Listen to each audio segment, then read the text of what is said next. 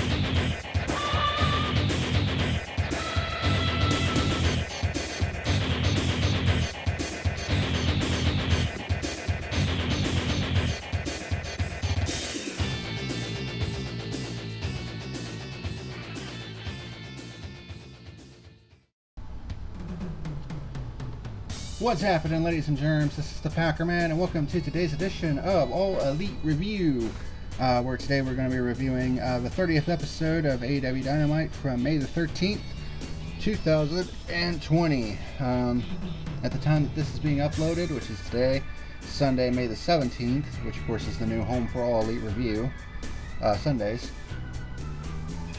We are 6 days away from Double or Nothing. And a pretty expansive card that they have there with some pretty interesting matches. But we'll probably be talking more about that in the next Dynamite review. Of course, next Sunday is going to have 2 All Elite Wrestling review episodes with the Go Home show for this coming Wednesday, and then Double or Nothing itself. So it's going to be interesting to see, to say the least. But this show was kind of weird in some ways. I mean, it was still fine. It was just that there were some things that happened in this show that was just kind of weird. And admittedly, it wasn't as good as the previous week's episode. Although, of course, the previous week had that fucking street fight in the main event. So that's probably one reason why. But let's go ahead and get through this. So Jake the Snake Roberts and Lance Archer come out to start the show. Jake says that he has been asked to give an apology, but Roberts basically tells Brandy to kiss his ass, because when you're in this ring, you're in no man's land and all that other shit. And then Cody comes out in his big truck. This was kind of funny. He revved it up and then drove forward and knocked over some guardrails and shit, which I thought was kind of funny, a little silly. But then he gets out of the ring, or gets out of his truck, and his hands are all taped up and shit. And this is what I like about Lance Archer as a heel, is that he's not one of these guys that are just going to back down, like we see a lot of heels in the WWE do. No, he wants to whip somebody's ass. And he saw Cody getting out of the truck, hands taped up. He immediately stepped over the top rope and was like, "Oh, I want a piece of your ass," See, that's what I like about, what AEW does, is that their heels aren't a lot of their heels aren't chicken shit, you know what I mean? Like Lance Archer in particular, and these are 2 guys that legitimately hate each other, or at least, it seems like they legitimately hate each other, and they're just going blow for blow, and it's just crazy. So they go back and forth, and then they go to the ring. Lance Archer tries to hit the blackout. Cody slips out, tries to go for the Cody cutter, but Archer pushes him off, rolls out of the way, and they basically have like a standoff. Looked like Lance Archer wanted to go at him some more, but Jake was like, "Nah, we gotta," pulls him back. And he was on, the microphone basically telling, telling Archer to kick his ass, and all that stuff. But yeah, this TNT Championship match is going to be pretty interesting, to say the least. I still think Lance Archer's going to win, but, you know, who knows what's going to happen. And then we get to our first match of the evening, which was a tag match between the number 4 ranked Jurassic Express, yes, they were ranked, against the number 2 ranked Best Friends, who they are really pushing the hell out of recently. So highlights of this match, good mat wrestling by Jungle Boy and Chuck Taylor to start things out.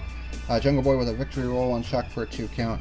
Both start trading nice arm drags, and then both tag out to their partners. Luchasaurus using his strength to his advantage on Trent. He hits a flapjack and a tornado kick on Trent for a 2 count. Trent hits a backdrop driver on Jungle Boy, which looked really nasty. But Jungle Boy hits a missile drop kick device on Trent. They were going to do like this Doomsday Device superplex on Jungle Boy, but Jungle Boy fought out of it, and he hits a missile drop kick on Trent while he was sitting on Chuck's shoulders. Hits a jawbreaker on Chuck. Luchasaurus hits the tail whip on Chuck. And then Jurassic Express do like this wheelbarrow toss into like a flatliner on Chuck, which looked really nice. Best Friends hit a double suplex on Luchasaurus on the outside, does the hug. And then Jungle Boy comes flying out and does a somersault launch on both of the Best Friends. Trent hits a nice spear on Luchasaurus. Jungle Boy and Chuck start trading forearm shots. Jungle Boy with a nice back elbow forearm shot combo on Chuck. Chuck hits his rising knee on Jungle Boy, which looked really nice. Jungle Boy hits a rebound lariat on Chuck. Trent hits a sexy Chucky knee on Jungle Boy. Luchasaurus gets back in and hits the question mark kick on Trent. But Trent comes back with a step-up tornado DDT on Luchasaurus. Orange Cassidy at this point is standing on the stage trying to cheer him on. Then Rey Fenix comes out of nowhere and hits a flying kick to the back of his head, which looked really nasty. So that rivalry is still continuing between the Death Triangle and the Best Friends. But while that's going on, MJF attacks Jungle Boy on the outside because, of course, those two are having a match at Double or Nothing. So this was basically unbeknownst to the Best Friends. And Chucky hits the Awful Waffle on Jungle Boy and gets the 3 count and the victory, which, you know, that was pretty obvious. And then Wardlow attacks Marco Stunt and throws him into the barricade after the match. And him and Luchasaurus basically have a little standoff. So I think it's going to come to a point where those two are going to come to blows. So that'll be interesting to see, to say the least. But I gave this match 3.5 stars out of 5. And then in the back, we see Alex Marvez trying to interview John Moxley, but Moxley just shoves the camera out of the way. You know, basically still angry about the fact that Brody Lee stole his championship belt the previous week. So there's that. And that'll come into play in the main event. And then we get to a women's Fatal 4-Way match between Penelope Ford versus number 1 Hikaru Shida, number 2 Chris Statlander, and number 3 Britt Baker. So essentially, this Fatal 4 match was a pseudo number 1 contenders match, which would turn out to be the case just a little bit later on when they announced who would face Nyla Rose at Double or Nothing for the Women's Championship. This match was kind of sloppy and from a couple of our participants in this match. And it had an ending that just made me scratch my head in utter disbelief. Like, what the fuck, dude? But anyways, at the start of the match, Ford and Chris Statlander go at it while Baker, of course, starts raining form shots on Sheeta, which makes sense. I mean, you know, Britt Baker kind of has a grudge against Sheeta, especially considering that, you know, Sheeta did break her nose a couple weeks ago. Sheeta and Chris hit a double backbreaker on Britt Baker. Ford comes in with a crossbody on both Chris and Sheeta, but both kip up. Baker hits the sling blade on Sheeta, tries to put in the lockjaw, but Chris grabs Britt Baker by the nose. Ford hits a big boot on Chris. Baker transitions into a DDT because Baker was actually in a... Chris had Britt Baker in a fireman's carry and was going to do something, but Ford hit a big boot on Chris, and Baker transitioned into a DDT, and Ford only gets a 2 count. Baker sends Chris hard into the middle turnbuckle, Chris hits an electric chair drop on Penelope Ford for a 2 count. Chris hits a superplex powerbomb combo on Sheeta and Baker when Sheeta was trying to do a superplex on Baker, and Chris basically did a powerbomb on Sheeta, to complete that little combo. Chris basically manhandles Ford off of the turnbuckle and slams her onto Baker. I guess she was trying to do a gorilla press but kind of lost control, but still somehow managed to hold on to her. Sheeta hits a running knee strike on Chris. They go to a commercial. Chris goes for the Big Bang Theory on Sheeta, but Baker hits a blindside super kick on Chris, which causes Sheeta to roll Chris up into a victory roll, but only gets a 2 count. And Baker hits a Meteora on Sheeta and only gets a 2 count. That was actually a nice little combo right there. And then Baker hits a Destroyer on Chris Statlander, which looked really good. But then at this point, this is when it all went to kind of shit, because this is kind of what I was talking about with Britt Baker being so inconsistent with her performance. Because she hit some nice moves, hit a Meteor on Hikaru Shida, hits a nice Destroyer on Chris Statlander, but then she seemed kind of confused on what to do. Like, she was grabbing at Statlander's leg and looked like she was going to pull her to the center of the ring or something, but then kind of stumbled around for a minute. I was like, what the fuck is going on? So that didn't make any sense. That was really awkward. And Ford hits a handspring cutter on Baker. Didn't really hit it cleanly, although I think that was more on Baker than Ford, because Baker kind of jumped into it. And it just didn't look right. Like I said, but that's Britt Baker for you. She's incredibly inconsistent with her performance. Her heel persona is coming along really nicely. It's just her in-ring work needs some more ironing out. She needs to be a little bit more consistent with her in-ring work. But Ford gets a 2 count off of that. Ford hits a nice Matrix Stunner on Sheeta, and I'll be the first one to admit, Penelope Ford I don't think is really that good of a wrestler, but she did hit some nice moves in this match. And this was one of them. A Matrix Stunner on Sheeta. Baker hits her Fisherman Neckbreaker on Ford. Statlander hits her Spinning Michinoku Driver on Baker for a 2 count. Sheeta hits a suplex on Ford into Chris in the corner, who was sitting in the corner. Chris backflips into a super kick from Baker. Sheeta sends Baker out of the ring with her. Ford hits a missile drop kick on Sheeta, only gets a 2 count. Kip Sabian jumps up to the apron as Sheeta was going to run off the ropes. Excuse me. Sabian catches Sheeta and tries to hold her in place for Ford, but Sheeta gets out of the way. Ford stops herself short and gives Sabian a little smooch on the apron, but that little distraction gets them both an enziguri from Hikaru Shida. And I think Sabian's glasses went flying to who knows where after he got that kick. But Sheeta then rolls up Ford, but only gets a 2 count.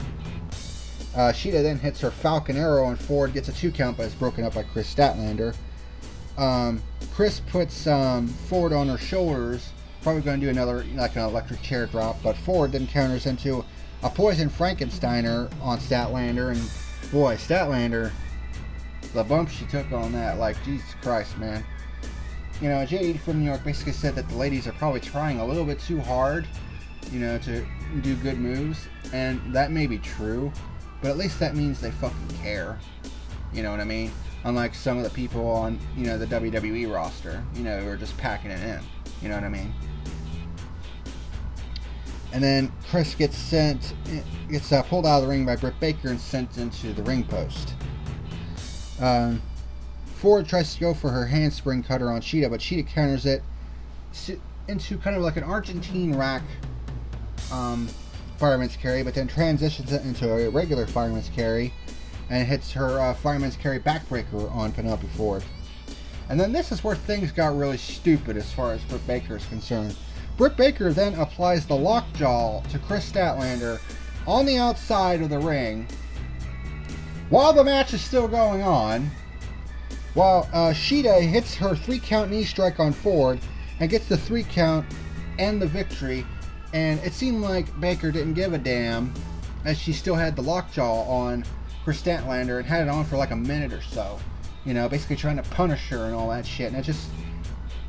that made no fucking sense whatsoever. Like, I mean, you're honestly going to just forget about... I mean, it seemed like she just forgot all about the fact that they were in a high-ranked Fatal 4-Way match, because let's not forget, Hikaru Shida is number 1, Chris Statlander number 2, Britt Baker number 3, Penelope Ford the 4th wheel. Basically, you know, the one who's going to eat the pinfall. And, I mean, this was basically a pseudo number 1 contenders match. Basically, the winner of this match was going to get a championship opportunity against Nyla Rose at Double or Nothing, you know. In storyline, that would make the most sense, you know, to focus on that, but instead, Baker decides to she wanted to just punish Chris Statlander, even though her rivalry for the last couple of months has been with Hikaru Shida, and she didn't seem to give a damn about the fact that Sheeta, her rival, just won a Fatal 4-Way match to earn a championship opportunity. Instead, she was trying to punish Chris Statlander. I mean, it made Britt Baker look like a complete and total fucking Nimrod. Like, that is just stupid, man. Like, it makes no fucking sense. You know, it basically made her, it looked like she sacrificed a championship opportunity just to get at Chris Statlander, which wasn't even a rival of hers until this happened, I guess. I mean, it just made Britt Baker look incredibly fucking stupid, in my opinion. But yeah, this match was not that good. I still gave it 2.5 stars out of 5, though, so it is what it is. And then we learned later on that Sheeta is going to be getting a women's championship match against Nyla Rose at Double or Nothing. So that just makes Britt Baker look even more like a moron. So, there you go. And then we see a video promo from Shug D, who has basically embraced his new name of Pineapple Pete, which was christened by him by Chris Jericho, and Chris Jericho was on commentary for a lot of the studio shows over the past month. And of course, last week he talks about his encounter with Chris Jericho before the street fight match, and of course, you know, the match that would be taking place on this show between the two. And then, of course, they announced right after this that Rose and Cheetah would face for the title at Double or Nothing. So then we get to our next match, which was a tag match between Proud and Powerful against Kenny Omega and Matt Hardy. Of course, this came about after Proud and Powerful interfered in the street fight match. So that's how this match came about. Proud and Powerful attack Omega before the bell and before Hardy comes out. And then Hardy comes out and attacks Proud and Powerful. He's already bleeding from the mouth after biting Santana in a couple of spots, which is pretty freaking crazy. Ortiz with his Tiger Style on Omega. Of course, we haven't seen Proud and Powerful wrestle in a while because of the whole, you know, fucking, you know, quarantine shit, you know, and all that other jazz. Omega hits a double basement drop kick and a double Kutaru crusher on both members of Proud and Powerful. Then Omega and Hardy hit a double suplex on Ortiz. Hardy with a modified side effect on Santana and a leg drop on Santana for a 2 count. Santana hits a nice lariat on Omega. They go to a commercial break. Proud and Powerful do like a Boston Crab camel clutch combo on Omega. Santana with an abdominal stretch on Omega. And then Proud and Powerful does a double Northern Lights suplex on Omega, with Ortiz getting the cover for a 2 count. Ortiz and Omega start trading forearm shots. Ortiz does another Tiger Style, this time to Omega's chest, but Omega is like, fuck that, and hits a Snapdragon suplex on Ortiz. Hardy gets the tag, a hot tag, starts shooting Santana's head into all 3 of the turnbuckles in one corner. Hardy with a lariat in the corner and then a roaring lariat on Santana. He hits a side effect on Santana for a 2 count, and then hits an Eye of the Storm on Santana for a 2 count. Then Santana hits a Tope Suicida on Hardy. Hardy blocks the Street Sweeper, and hits a neck breaker on Ortiz. Omega with a Pescado on Santana. Hardy hits a Twist of Fate on Santana and basically spiked him. Only gets a 2 count though, with Ortiz breaking up the count. Santana hits a back rolling cutter on Omega. Ortiz hits a shotgun dropkick on Omega, and then Santana hits a diving senton on Omega, all for a 2 count. Omega then counters a second attempt at the street sweeper by hitting a Frankenstein on Ortiz as Santana was looking for the blockbuster portion of the move. And then he gets dropped to the outside by Hardy. Hardy then locks in a butterfly clutch on Ortiz.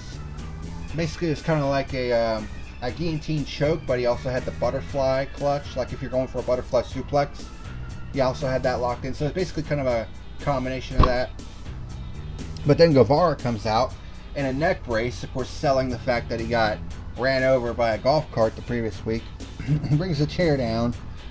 Looked like he was going to try to attack Matt Hardy with it, but then Hardy hits him with a Twist of Fate that spikes him on the top of his head, which is pretty funny. And then Omega hits a V-trigger on Ortiz while he's sitting on the top turnbuckle, and then Hardy hits an avalanche Twist of Fate on Ortiz, and they get the 3 count and the victory. Which means that Proud and Powerful has yet to win a one-on-one tag team match this year. So they basically continue to be cannon fodder for the Inner Circle. But this was still a good match overall. I gave it 3 stars out of 5. And then we get some more backstage stuff. Taz still trying to talk some sense into Darby Allin, who tells him that you know he was one of the best amateur wrestlers in Iowa. So Taz trying to convince Allin that hey, let me help you. You know what I mean? And then we get some more details about the casino ladder match that's going to be taking place at Double or Nothing. So basically, here's what happens: 9 total wrestlers will be in this match. They've already announced 6 of the participants, and they're actually going to be announcing another one here in a little bit. But here's basically what's going to happen. 2 men will start the match. Every 90 seconds, a new wrestler will enter until all 9 men are in. So basically, this is kind of the opposite of a battle royal, where in a battle royal, you would want to be the last one in. That way you're the freshest. In this case, that might not be an advantage because the first 2 that are in the match, they're going to be the first ones to have a chance to climb the ladder and grab basically a chip that's going to be hanging over the ring. And whoever grabs that chip, of course, will get an AEW World Title opportunity. Basically an automatic number 1 contender match, basically, is what this is. And this is basically the opposite of a battle royal, where you actually want to be the first one of the first ones in. So that way you have the best opportunity to climb the ladder and win the match. Now, if you enter later, of course, you'll still be fresher, but it's still a higher risk of you losing the match, basically, by not being able to run in. You know what I mean?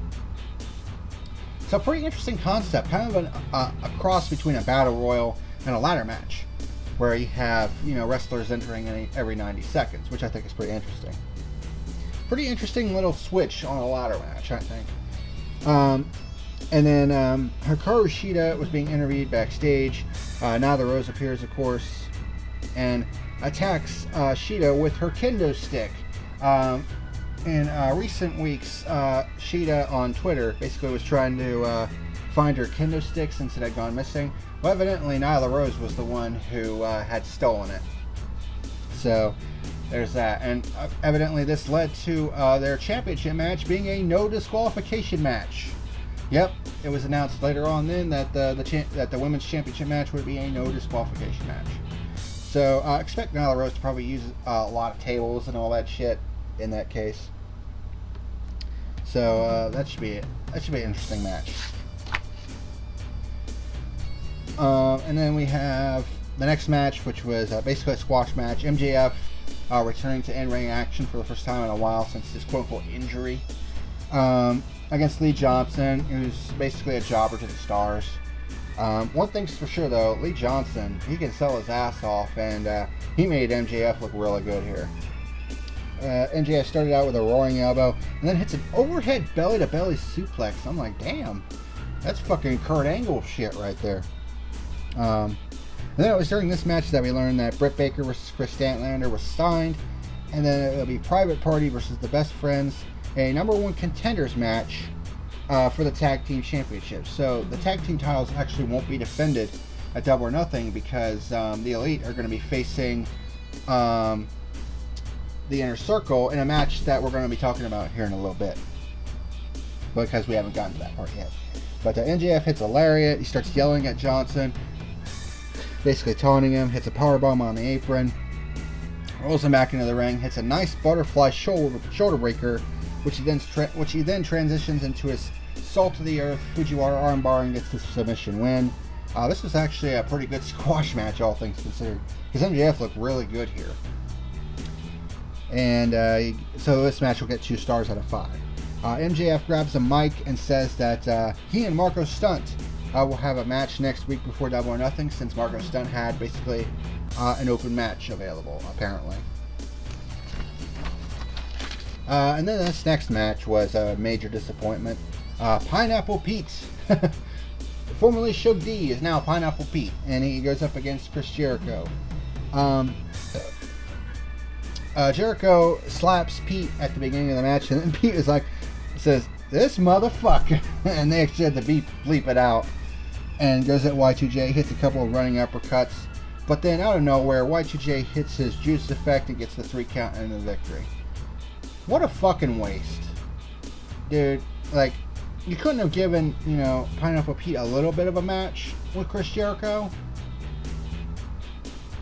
Like, what a fucking wasted opportunity this was. That irritated the piss out of me. So, this basically only got 1.5 stars out of 5 as a result.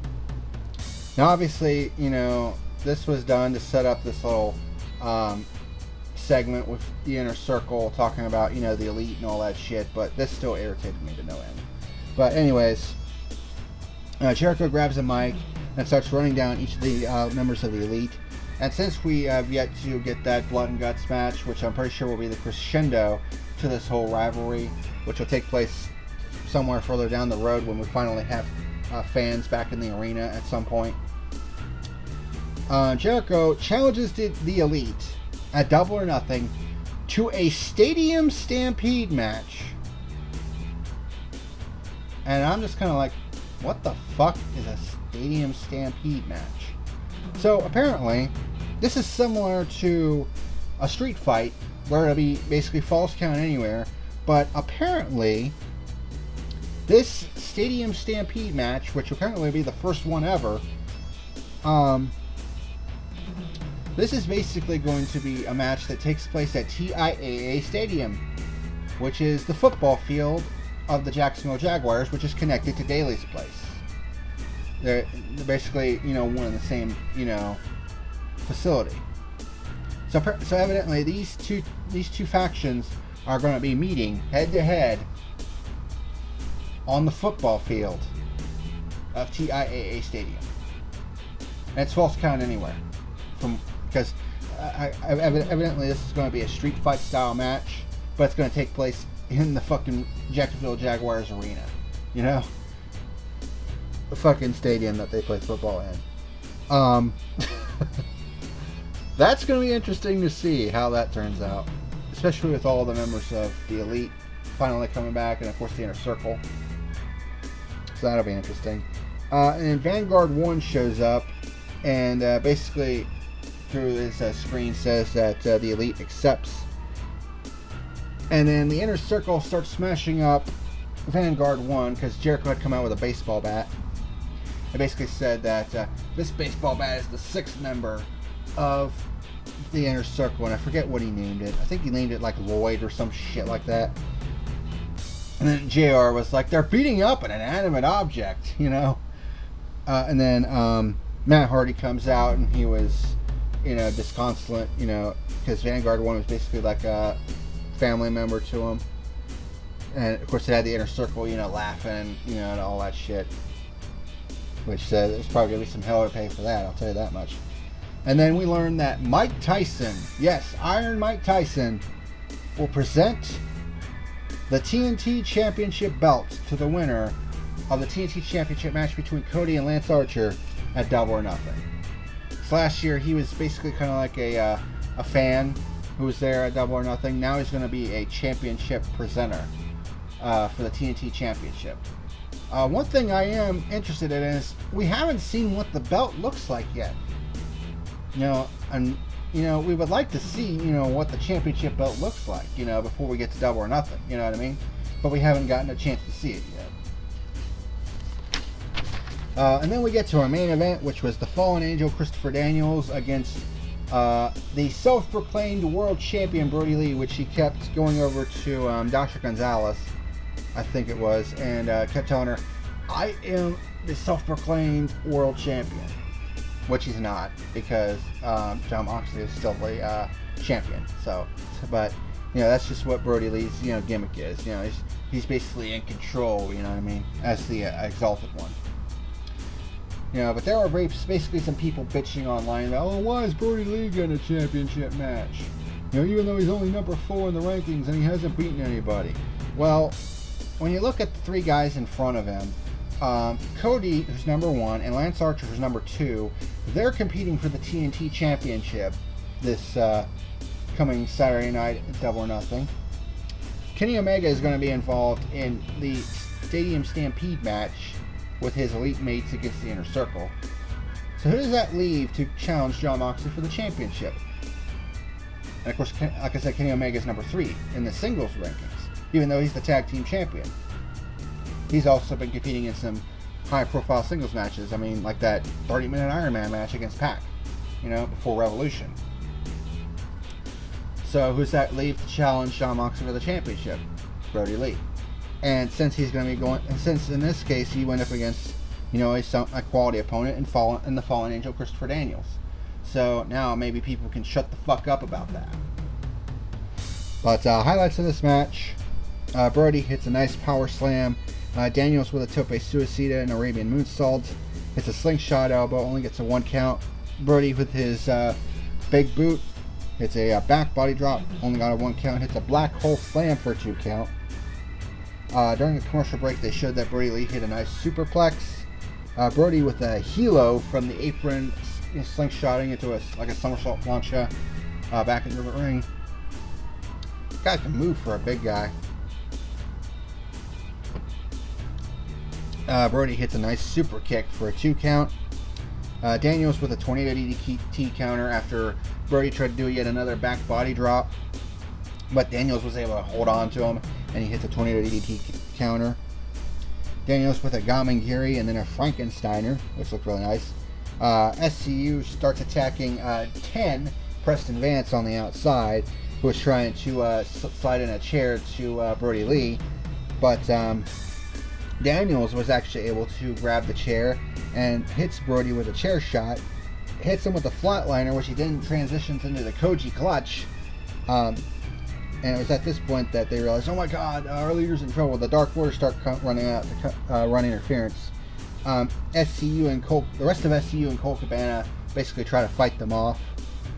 But since there was no physical contact, and you think, well, why didn't that result in a disqualification? Well, again, it's number 1, referee's discretion, and number 2, technically there was no contact between either Daniels and Brody Lee and the members of SCU, Colt Cabana, and the Dark Order. SCU, Colt Cabana, and the rest of the Dark Order were having their own battles. None of them actually touched Daniels or Brody Lee. So the match could continue as normal. And the announcers even pointed this out. If you were paying attention, they even pointed this out. Like, yeah, there wasn't any physical contact between the two, so the match could continue. Makes sense to me! But then Daniels hits his Angel's Wings finisher, but only gets a 1 count as Brody powers out of it. Much to Daniels' shock. Daniels hits the best moonsault ever, only gets a 2 count. Looked like he was trying to go for a flying Frankensteiner, but Brody counters out of it with a power bomb. And then Brody hits his discus lariat finisher and gets the 3 count for the victory. I gave this match 3.25 stars out of 5. But then Moxley appears from out of the crowd, starts beating the hell out of the Dark Order. Brody Lee and his Muscle 10 hightail it out of there with the championship belt. Moxley grabs a mic and says that Brody Lee made a big mistake taking the AEW championship, and he's going to rain all hell on him at Double or Nothing. So it'll be interesting to see how that match turns out, because you have two guys who've been built up really big time since their arrival. Moxley, he hasn't lost a singles match. Brody Lee hasn't lost a singles match. So it's going to be interesting to see how this turns out at Double or Nothing. Overall, this show wasn't as good as the previous week, unfortunately. I mean, it was alright though. I mean, it was easy to watch.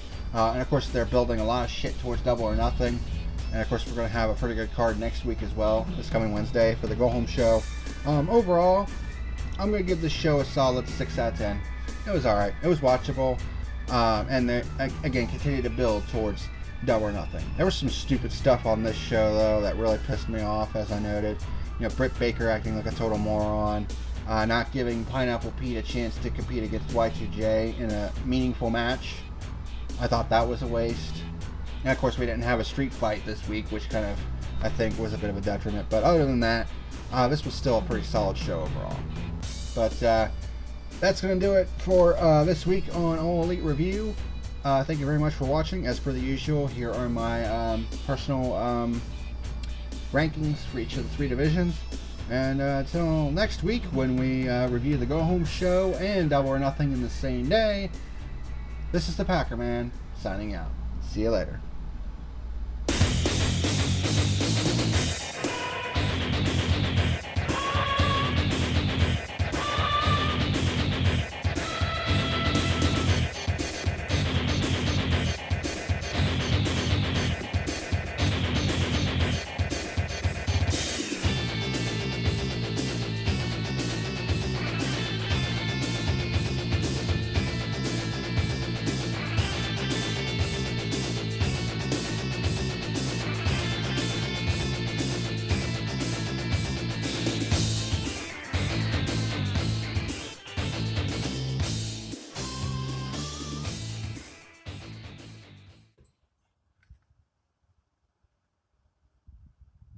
You better like and subscribe or face the consequences.